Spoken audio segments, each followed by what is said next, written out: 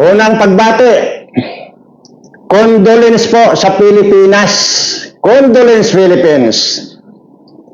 Ayan po mga kababayan, nakakapangilabot at nakakagalit na balita na kaya ko na binati ng condolence ang Pilipinas dahil nga po lahat daw pala ng ahensya ng gobyerno ay wala ng pira.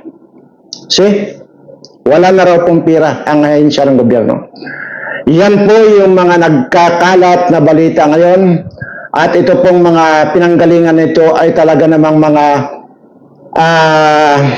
official mismo ng gobyerno. Diyan po nagsimula yan. Kaya mamatay yung mga, lalo na yung mga bubo, na mga nagsasabi na ulol daw ako dahil ano raw pakialam ko kayo yung Pacquiao at bakit ko raw sinisiraan si Pacquiao. Hindi po ako naninira kay Pacquiao at lalong hindi rin kita pinipigilan na bumoto kay Pacquiao. Ulol ka. Ang sinasabihan ko, itong mga subscriber ko, hindi ikaw. Kung gusto mong iboto yung mga ko na yan, mga kawatan na yan, edi iboto mo, wala akong pakialam sa'yo. Kaya ganyan ang buhay mo kasi bubo ka. Anyway, ito na po nga nakakagalit kayo para naman ako nakakain ng 10 sili. Dahil nga po yan ang balita. Kahit na anong ahensya ng gobyerno ngayon, wala na raw po kung pundo. Kung mayroon lang po yan, para minimintin na lang nila pang pasweldo sa kanila.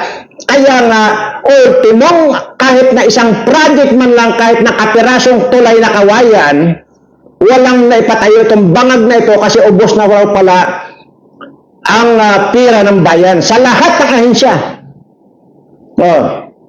Paano hindi uubos? Mauubos ang pira ng bayan itong putang ng tambalos-los na ito. Pumunta sa Cavite, ay di ba? Nandyan yan. Mismong ipinahayag yan ni John Vic Remulla na 1 billion araw-araw ang pinamumudbud yan sa Cavite sa paayuda. Putang ina.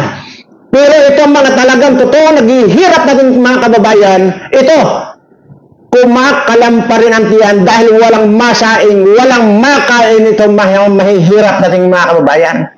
Pero nagwawalda sila ng 1 bilyon sa paayuda lang, araw-araw po yan. Kaya araw-araw umiikot itong si tambalos-los nito na abnormal. Wala na pong pira ang bayan. Kaya kung inyo mapapansin, ay yun nga, diba? Ultimong tulay na kawayan, walang may paggawa itong bangag na ito. Tangina nyo. Sarap nyo nga ito. Dapat tumama sa ito eh.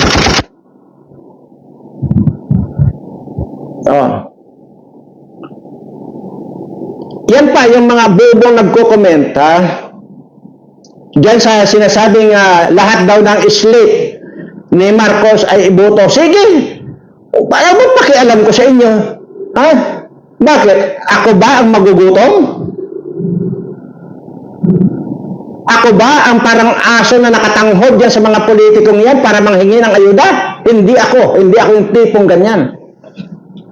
Kaya ko kayo tinuturuan, kaya ko kayo sinasabi base yan sa eksperyensya ko na wala naman talaga nagagawa itong mga politikong ito. At isa pa napansinin ninyo, itong sinasabi ko. Tingnan nyo si Ping Lacson. Umalis na sa slate ni Bangag. Umalis na. Matalino yan matalino yan.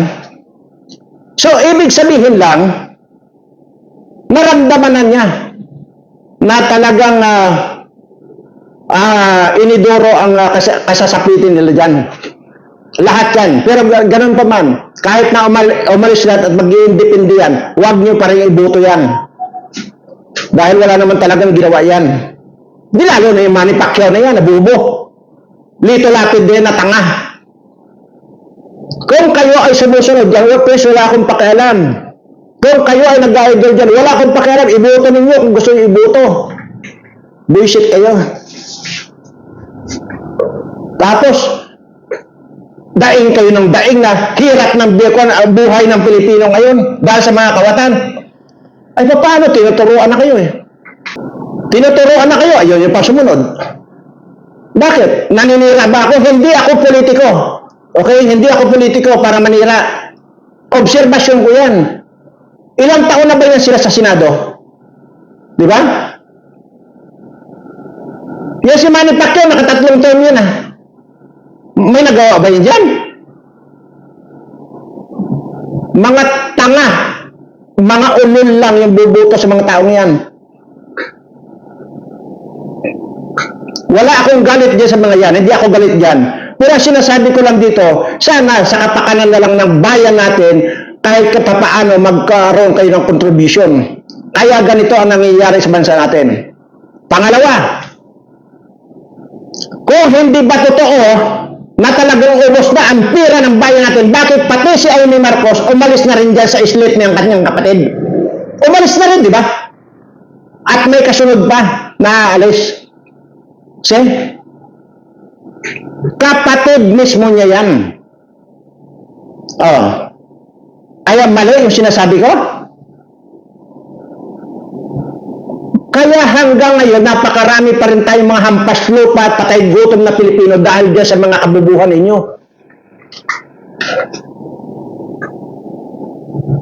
Hindi kayo magpasalamat na kahit papaano, ay at least kahit papaano ay nare-remind kayo, hindi ba? Hindi, kung pa kayo talagang, kung gusto nyo ito ba, sino ba?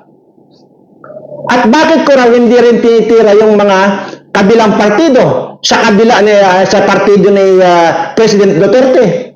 Ay kung hindi ka ba naman ulol, hindi mo na panood yung vlog ko dyan?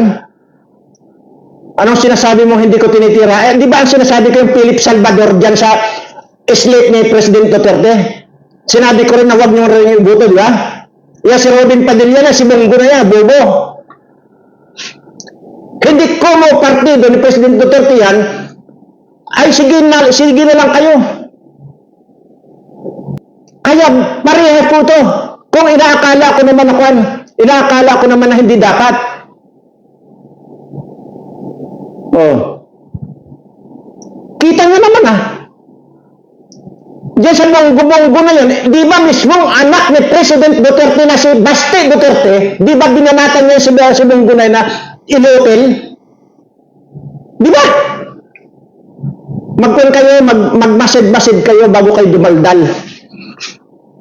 Which is yun naman ang naobserbahan ko, hindi lang doon sa binanatan ni Baste Duterte na si Bongo na yun, kundi ako mismo nakaobserba habang pinapapak si Inday Sara ng mga kalaban, tahimik itong Bongo na ito.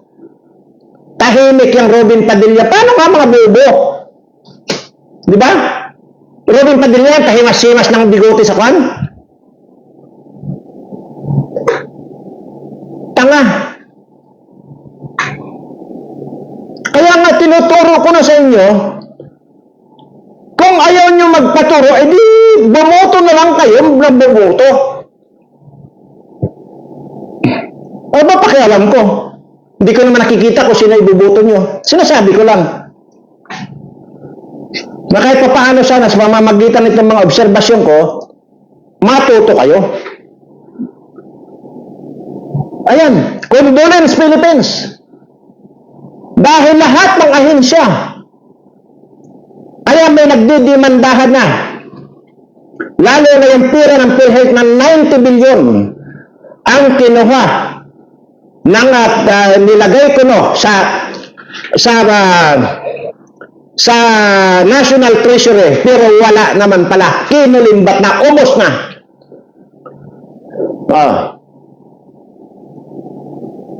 Yung ibininta na gold, ayaw na magkakalit-silit na ito. Walang pumasok sa gobyerno, ibinulsa na rin ng mga putang ina. Pati yung Central Bank nagsalita na rin. Para malaman ninyo na condolence Philippines, mamamatay kayong lahat ng mga tanga. Yan ang sinasabi ko. Ayan, pakinggan nyo. Ito ang balita ngayon. Viral at pinag-uusapan ngayon sa mundo ng social media. Ang di umano'y balita, reserbang ginto ng Pilipinas biglang bumaba. 15% ng reserbang ginto ng Pilipinas tila patagong ibinenta sa ilalim di umano ng Administrasyong Marcos at Bangko Sentral ng Pilipinas. Nagsalita na. Pero bago ang lahat, kung bago ka pa Yan, mahaba pa yan. Hindi ko naman kailangan magpapan dito ng video na may video. Pinarinig ko lang sa inyo. Para malaman lang ninyo. Ultimong Bangko Sentral ng Pilipinas nagsalita na tungkol dyan. Walang may pasok sa gobyerno. Yan pinagbintahan ng gold na yan. Saan napunta? Dito kay Tambaloslos. Oh. Grabe.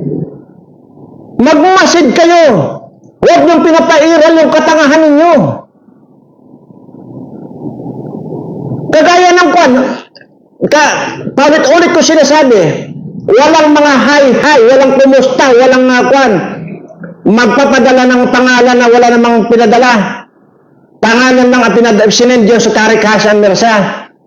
Nung tinanong anong gagawin sa pangalan mo, gusto raw manalo. Gusto manalo, pangalan ang binigay. Di tanga.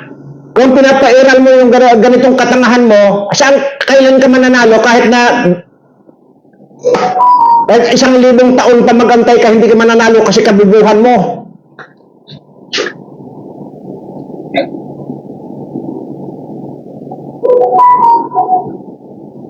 Napakarami pa rin tanga.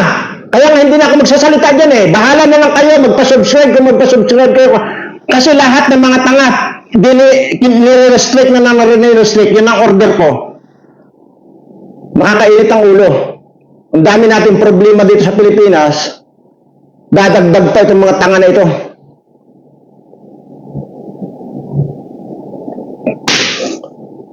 Bibigyan mo ng pagkakataon na para mabago ang buhay, paulit-ulit sinasabi na panoorin yung video para may nalalaman kung paano sumali, birada ng birada pa rin. Di tanga, bobo. Paano ka mananalo? Pangalan mo lang yung isisilbo.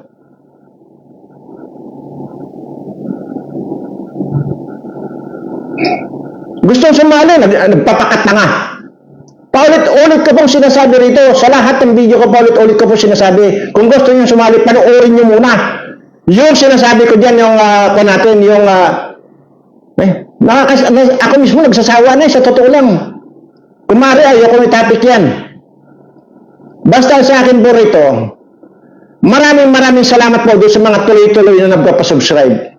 Maraming salamat po.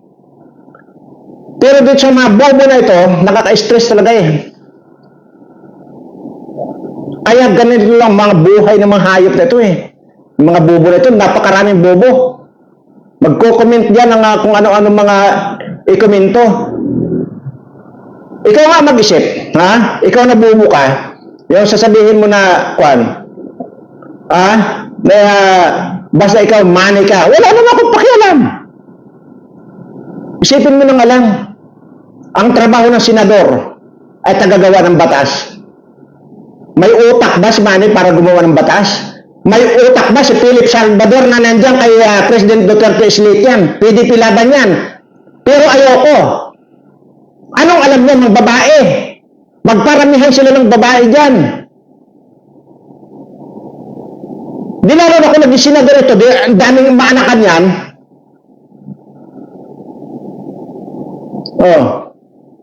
Ganyan yan.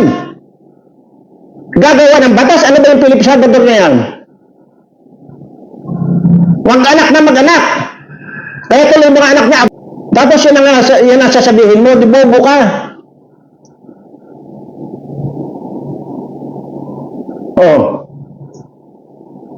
Mariusep, may itutulong ba? Tingnan mo kasi dito natin. Imaginin mo kung gaano kalaking pira ang winaldas ng animal na yan. Na pira ng taong bayan yan. May nagawa ba? Ayan, matulog dyan sa Senado. Bobo.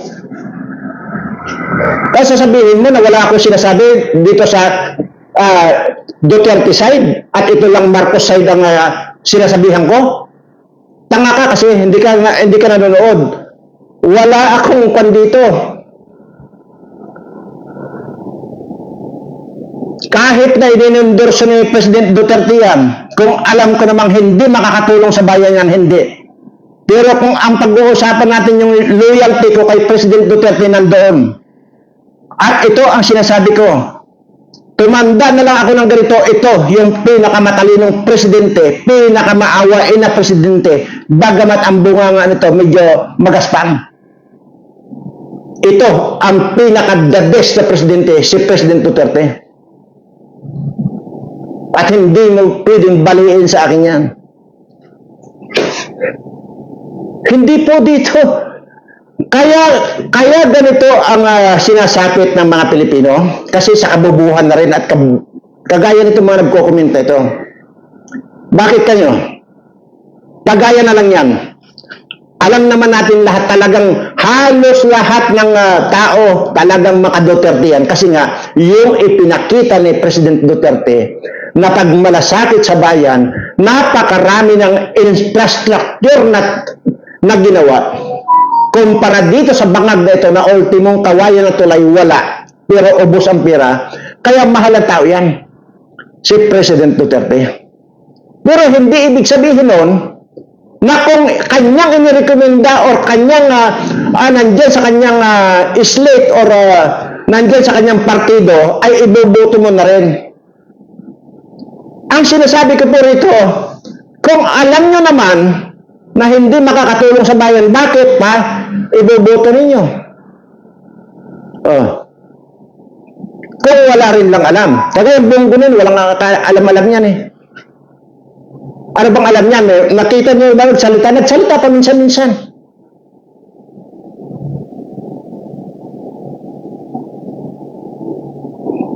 Yung Robin Padilla na yan, ano ba? Yung sinasabi ko rito, kaya huwag mo sabihin na si Marcos lang yung partido lang ni Marcos ang binabanatan ko rito. Hindi po. Lahat po yan kung inakala kong hindi makakatulong sa bayan. Hindi po ako magsasalita rito kung hindi ako napapagod sa pag-iikot dito sa mga pinapasyalan ko. Hindi sana ako makikialam or magsasalita.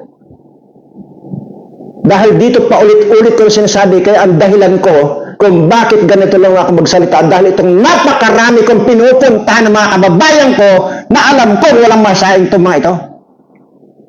Ganyan yan.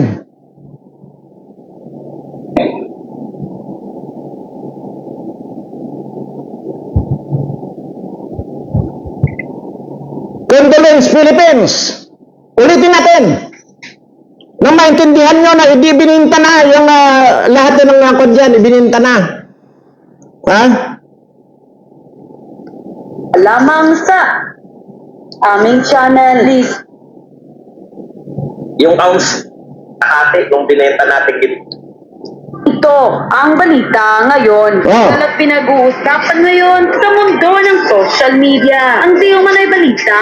Reserbang ginto ng Pilipinas siglang bumaba. 15% ng reserbang ginto ng Pilipinas tila patagong ibinenta sa ilalim di umano ng Administrasyong Marcos at Bangko Sentral na Patago pa ha?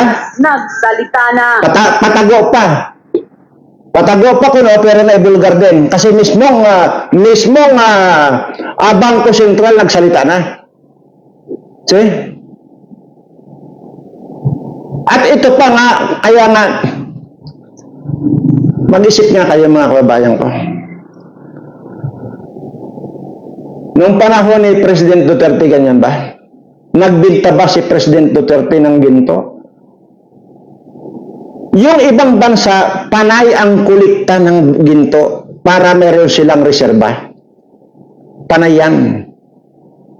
Yung iba talaga naggugumahol yan kung saan sila makakuha ng ginto, makaipon ng ginto yung mga ibang bansa.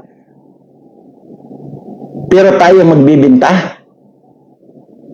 Diyan yun na malalaman, isip-isip tayong lahat, mga kababayan.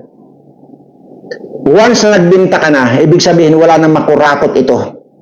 Kaya tama lang din yung balita na sinasabi na lahat ng ahensya ng gobyerno wala ng pera. DPWH. Lahat yan, mga yan. May nabalitaan na ba kayong tulay na pinagawa ito sa bangag na ito? Wala. Isa pang isipin ninyo, uulitin ko lang. Bakit mismong kapatid niya umalis na sa partido nitong bangag niyang kapatid? Something wrong with that. Si Lacson, matalino rin yan. Umalis na kasi alam na niya. Napalubog na ang Pilipinas. Alam na niya. Dahil dito kay bangag na ito. Dito lalo na kay Tambalos Jose. 1 bilyon araw-araw. Bukod pa yung 2.5 billion. Araw-araw na yung flood control daw ko, no? Itong 1 billion araw-araw, yun lang. Ayuda lang dyan sa Cavite. Condolence Philippines.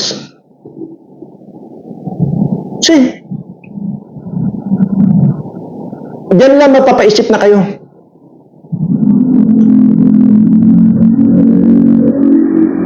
Anyway,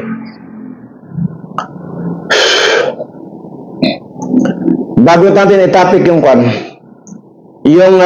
tungkol sa subscribe ay palakpakan muna.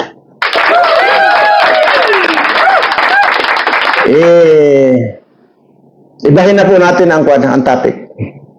Dahil baka mamaya mapasarap ako rito mamura ko lang ulit itong mabubo na ito eh. Anyway, maraming salamat po doon sa mga ramdam ko po yung inyong pagsisikap na makapagpa-subscribe. Sa totoo lang po ramdam ko. Maraming salamat po sa inyo. Yung po nagsisikap na makapagpa-subscribe ay talagang ibig sabihin po nun ay umaasa na baka isa rin siya sa mabago ang buhay natin. Buhay pala ninyo, hindi natin. Kasi nabago na po yung buhay ko ng ating Panginoong Hesus. Sobra-sobra na po niyang nabago ang buhay ko. Mula sa pagiging hampas lupa at patay gutom, sobra-sobra na po yung nabago niya sa buhay ko. Kaya naman gusto ko itong i-share sa inyo lahat. Sa pamamagitan nito, ay mababago natin ang buhay ng marami sa inyo. Depende na lang yun sa pananampalataya rinyo. Kasi ako, nung nanampalataya ako sa ating Panginoon, walang halong pag-aalinlangan. Sana ganon din kayo. Dahil pagkatapos po nitong sinabi ko po rito, yung drama natin yung drama natin, yung code na gagamitin natin ngayon dito ay bagay malayo-layo pa. Kaya pwede ko pang i-discuss ito. Pero sa araw po ng draw raffle natin, ang drama at ang code na gagamitin natin, halimbawa yung 5 million o kalahating milyon. Tama, 500 million. Hindi, 500,000 pala. Yung 500,000, ang drama at code na gagamitin natin dito ay 500 pesos lang. At yung 1 million, ang dramang code na gagamitin natin ay 1 million yon. Pero 1,000 lang ang gagamitin natin. Yung 1.5 million ang gagamitin ng drama code natin ay 1,500 lang. At yung 2 million, ang dramang code na gagamitin natin ay 2,000 lang. At yung 3.6 million na halaga ng kamote ay gagamitin drama code natin yun ay 3.6 million. Kasi nga po, dito sa aking naobserbahan ay malapit na po nating ma-reach yung 100,000 na subscriber. Kaya ko po pinagpapauna na itong drama code natin para po ibig sabihin pagdating ng araw ng draw natin na yun ay alam nyo na po yung code at yung drama. Bakit po? Ito po ang rason ko. Hindi po natin pwedeng gamitin ang salitang ang idodraw natin ngayon, ang magiging price ay kalahating milyon. Di ba? Isipin niyo yan. Ngayon, ang price ng draw na mapapanalunan ng mga subscriber natin ay 1.5 million, 2 million, 3.6 million. At pag ginawa po natin yon, either ipasara itong YouTube channel ko or imbestigahan na rin ako dyan sa Kongreso at saka sa Senado at tatanungin na rin nila ako kung saan galing niyang pera ko. Okay? Ngayon, bagamat may mga tayo, may mga pinagkukunan, ay sabi ko nga po noon, hindi nakapangalan sa akin yan. Dahil alam ko na po, pagka ikaw ay napag-initan, lalo na itong bangag at makawatan na administration nito, pag napag-initan ka, ipipress lang yung mga ari-arian mo, ipipress lang yung mga deposito mo sa bangko. Alam ko na po ang pwede mangyari noon pa.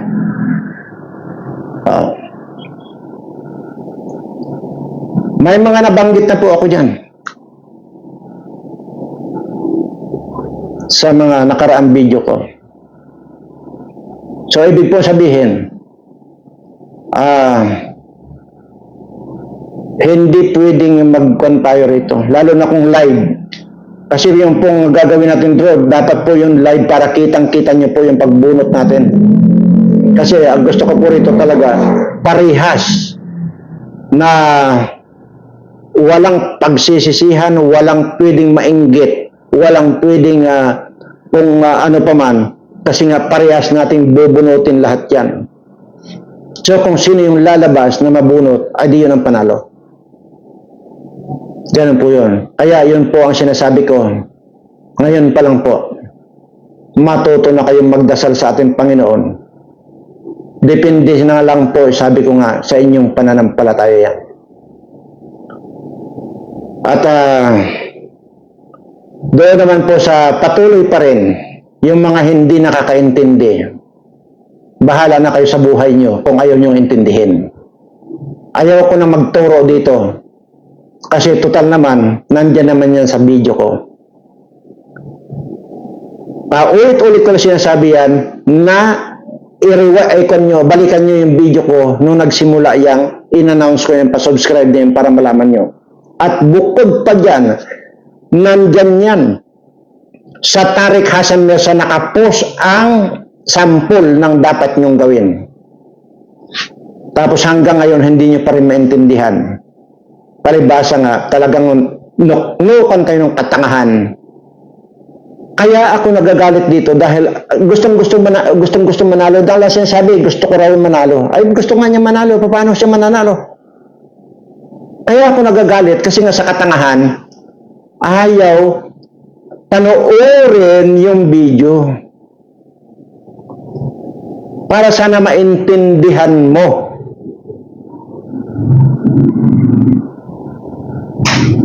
Ayaw ko nang i-discuss yan.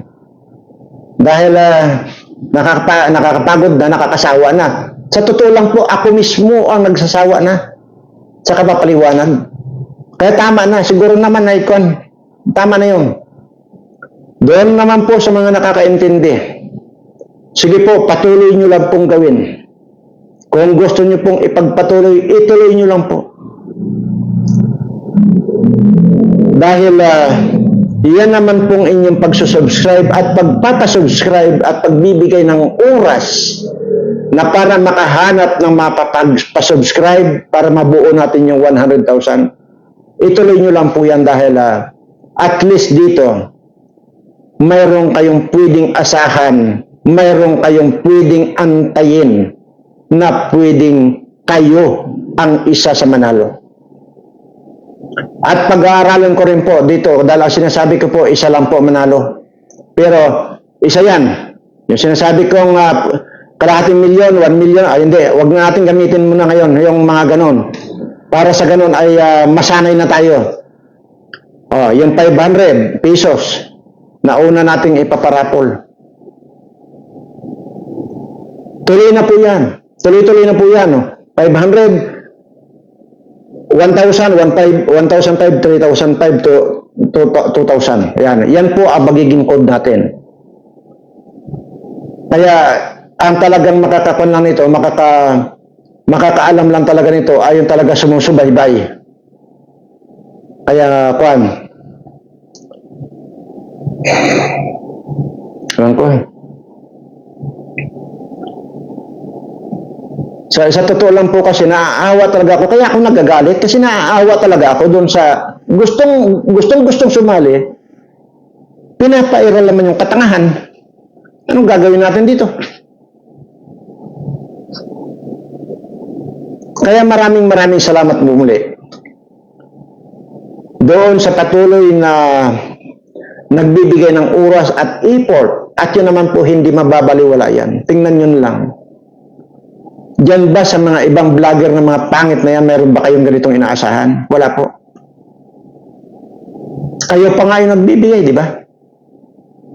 Kayo pa yung nagbibigay dyan sa mga pangit na mga vlogger na yan. Pero dito po, nagpa-subscribe lang kayo, mayroon kayong pwedeng, may chance kayo kumbaga, na pwedeng kayo, isa kayo sa mananalo. At ito pong halaga na ito ay hindi po basta-basta ito. Dahil kaya ko po gagawin ito dahil para gusto ko yung mananalo ay talagang mababago natin ang buhay. Kagaya po nung sinasabi ko dati, nung sa Facebook live ko, marami pong nabago ang buhay. Ngayon, doon naman po sa nagsasabi sa akin, nagko-comment dyan, na patunayan ko raw yung 175 years old ko na. Kasi ayaw raw nilang maniwala, not unless ipakita ko raw yung birth certificate ko. Okay? Ako na nga ito nagsasabi, ayaw pong maniwala. Ay, paano ngayon kung meron ako maibigay na birth certificate? Sige nga. Yung nag-comment na para daw maniwala ay ibibigay ko ang birth certificate ko. Okay? Paano kung meron akong maipakitang nagpapatunay na talagang birth certificate ko na ipinanganak ako 1849. December 27, 1849. Paano kung meron akong maipakita? Sige nga. Kung mayroon ako may papakita, ano bang usapan natin? Kung wala akong may papakita, nakatunayan na 1849 ako pinanganak, na ngayon ay 175 years old ko na. Kung wala akong maipakitang ganon, bibigyan kita ng 5 milyon. Pero, kung mayroon akong may papakita, ano naman yung pwede mong iposta sa akin? Kasi, yun eh. Ganun dapat. Kung i-challenge niyo ako, dapat may postahan. Diba? Kayo nag-challenge sa akin. May bonus ka pa. May bonus pa yung ibibigay ko sa iyo. Maliban doon sa magpapakita ko noon na 1849 ako ipinanganak, may bonus pa. At ipakikita ko pa rin yung record sa iyo nung St. Luke's, nung namatay na ako, nang 1 linggo akong nandoon sa morgue ng hospital na yan. Naka-certified yan. Certified true copy yan. Na patay na ako. 1 linggo na ako nandoon sa morgue. Pero bakit ngayon? Nagsasalita pa rin ako. Yan ang bonus na lang yung bonus. Pero ang pinag-uusapan natin dito ay yung ayaw maniwala eh. Paano nga kung mayroon ako may pakitang ebidensya? Ngayon kung ikaw ay hampas lupa na magkukwestiyon sa akin, ay huwag ka nang maghamon sa akin. Kung ikaw rin lang ipatay gutom, Huwag ka na maghamon sa akin. Ngayon, kung meron kang ari-arian, halimbawa, meron kang sariling bahay, sige, pwede ko nang patusin yan. Basta ang usapan natin dito, kung wala akong maipapakitang birth certificate na 1849 ako ipinanganak, 5 milyon ang ibibigay ko sa iyo. Pero kung mayroon akong birth certificate, edi, kahit na kung yun lang ang kayamanan mo yung bahay mo halimbawa, di ibigay mo sa akin at ikaw lumayas ka at doon ka tumira sa bukid, doon ka magpansasagingan. Paul? Deal? Ako na nga ito nagsasalita eh. Bakit ba basta ko mas marunong pa itong gagon to sa akin? Isa pa, doon sa mga yan, kagaya no, kung bagay, wala namang kandyan eh, wala namang, ang gusto ko kasi dito na pinapatos yung milyonaryo din eh. Para malaki-laki yung kakabigin natin eh, o di marami kayong pagpaparti-partihan. No, kagaya di ba, nung sinasabi ko rito na hinahamon ko lahat itong mga kawatan ng mga congressman ito, na basta mga kawatan ng congressman, diyan kami sa Lunita, dalhin na nila yung pinakamalakas nilang baril, kung may baril man sila. Ako, wala akong dadalhin baril. Kahit sabay-sabay nila akong ratratin. Isa lang yung kan ko. Yung pusta ko rito. Pagka hindi nila ako tinablan ng baril nila, lahat ng kayamanan nila ibibigay sa akin. Lahat ng mga kayamanan kinulimbat nila, bibigyan na sa akin. O yan naman yung pagpapartihin ko naman din sa mga subscriber ko. Ngayon, kung ayaw naman nila yon, pwede kami magpatayan dyan sa Lunita, kahit ilan pa yan sila, basta magkawatan dyan sa Kongreso, hinahamon ko, na dyan kami magpapatayan, sabay-sabay sila lahat dyan, ako lang mag-isa, sa loob ng 10 segundo, pag hindi ko nalipol, hindi ko napahapay ang mga yan, talo ako. Diba? Naghahamon ako nandiyan yan sa video ko. Natural, gusto ko makipagpustahan dito dahil para naman yung mga para mabawi lang natin yung mga ninakaw nila o at least mapapakinabangan itong mga subscriber ko. Dahil ako naman hindi ko kailangan yan. Makikipagpustahan na ako ng patayan dito sa mga subscriber ko, hindi para sa akin. O yan ang hindi nyo kilala. Yung 175 years old. Actually, bobo lang kasi. Sinabi ko na yan. Dito lang ako nagiging mukhang bata pagka gumagawa ako ng vlog. Matanda na po ako. Actually, kung na po ako, hindi na po ako nakakabangon. Pagkatapos itong vlog, pagkatapos wala ng camera, nandyan na lang po ako sa aking kwarto. Nakahiga na lang po ako. At yung pong mukha ko, wala na yan. Impis na yan. 175 ba naman? Di ba? Kung si Enrile nga, bangingi na eh. 100 years old lang yan. Ano pa kaya ako? 175. Pero, pwede pa ako makipagpatayan dyan sa mga congressman na kawatan. Maging dyan sa Senado, mga kawatan na yan. Sabihin nyo sa kanila. Sabihin na maghamon ng patayan sa mga kawatan. Lahat ng mga kawatan. Sabihin nyo yan sa kanila. Pinag-iisipan ko lang itong mga bobo na nagko-comment ito kung tutusukin ko na ang mga mga lalamunan yan eh. Or either tutusukin ko na yung mga bilat at saka mga bitlog ng mga ito eh para lumubo yung mga bayag nila eh. Pagka doon naman sa babae, tusukin ko bilat na para lumubo rin para tumapal din sa mukha nila eh. Nag-aaralan ko na rin yan. Buisit ng mga to.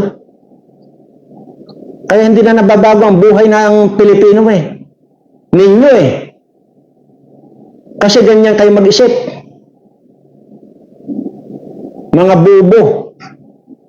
Tingnan comment kayo ng ganyan. Ay wala naman akong pakialam kung si Manny Pacquiao ibuton nyo, di ba? Sinabi ko lang na kapag ito ay binoto ninyo, wala kayong mapapala dito. Mag-aaksaya lang tayo ng pera ng gobyerno. Actually, hindi nga pera ng gobyerno, pera ng taong bayan yan ipapasahod. Tignan nyo itong pinamumudbod ni Romualdez na pera na yun, 1 billion isang araw. Isang linggo daw yan. Diyan sa Cavite, mamumudbod ng 1 billion isang araw. Kaya wala na pera. Condolence, Philippines. Ayan. O sabihin nyo rin dyan kay Conta at ng Balaslos na yan. Hinahamon ko rin, magpatayan kami dyan sa Lunita kasama yung mga bodyguard niya. Sa loob ng 10 segundo, pagka hindi humapay sa akin yung mga yan, talo ako. Iposta na rin niya lahat yung mga kinulimbat niya. O, lalo na yung kinulimbat niya sa Okada. Diba? Naku. Huwag niyong subukan ang 175 years old. Anyway, siyempre, hindi ko talaga, gusto ko lang ulit-ulitin itong mga kuan. Bago ako magwakas, siyempre, gusto ko muling pasalamatan itong lahat po ng mga nagsisikap magpa-subscribe at doon sa nagsisikap na mapasali sa ating laro, sa ating raffle. Maraming salamat po. Muli, tuloy lang po. Sisiguraduhin ko po sa inyo, hindi masasayang yang inyong pagod, yang pag-aaksaya ng oras para magpa-subscribe dito sa Birana Live Studio TV.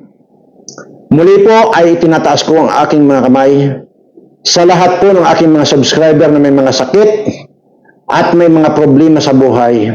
Sana, Panginoon, tanggalin mo na po ang mga nagpapahirap sa kanila.